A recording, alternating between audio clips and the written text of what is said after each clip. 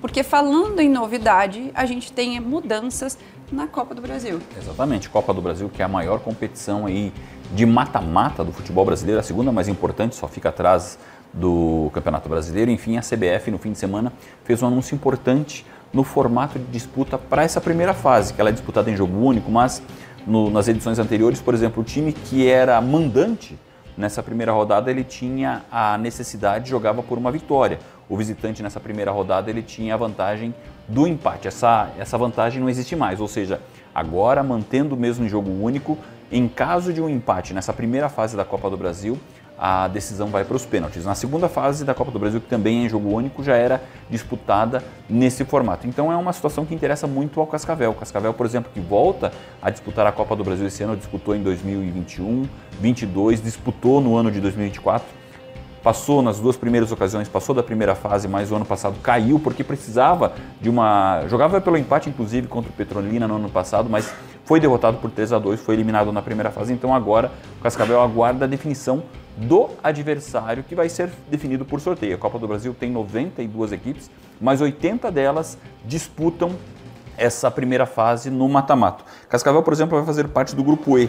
Pode enfrentar um adversário sorteado do grupo A. Podem vir aí América Mineiro, pode vir o próprio Atlético Paranaense, o Atlético Goianiense, o Atlético Mineiro, Bragantino, Cuiabá, Fluminense, o Grêmio, o Juventude e também o Vasco da Gama. Samantha, uma outra situação importante em termos de Copa do Brasil, nós temos até algumas imagens aí da final do ano passado entre Flamengo e Atlético Mineiro. Flamengo, então, campeão da Copa do Brasil, derrotou o Galo nos 2 jogos. O ano passado aconteceu o seguinte nessa decisão.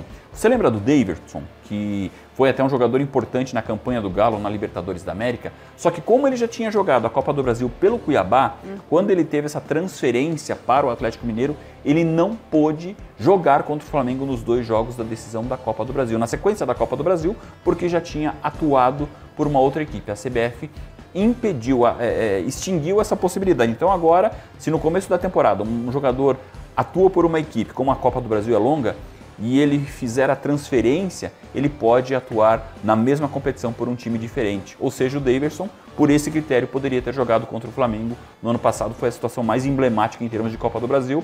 A CBF, em virtude dessa situação, aboliu essa possibilidade, ou seja, agora um jogador pode jogar uma mesma Copa do Brasil por 2 times diferentes. Então vamos acompanhar, porque certamente vai ter mudanças aí, né, Luciano? Um jogador saindo de um time, indo para o outro, então pode ser que a gente veja essa situação se repetir. A expectativa é grande, mas ainda não tem data para o sorteio da Copa do Brasil. Como eu disse, 80 equipes vão começar agora, vão ser 40 confrontos para a primeira fase e 12 times só ingressam então a partir da terceira fase. São os times que garantiram vaga na Libertadores da América, por exemplo. Vou listar para vocês aqui todos os times que vão ter o privilégio, quem foi campeão da Série B, quem teve um bom desempenho também no Campeonato Brasileiro. Botafogo, Palmeiras, Fortaleza, Internacional, Paysandu, Flamengo, CRB, Santos, São Paulo, Corinthians, Bahia e Cruzeiro. Esses vão ser os privilegiados que já entram na terceira fase quando a Copa do Brasil passa a ter jogos de ida e volta.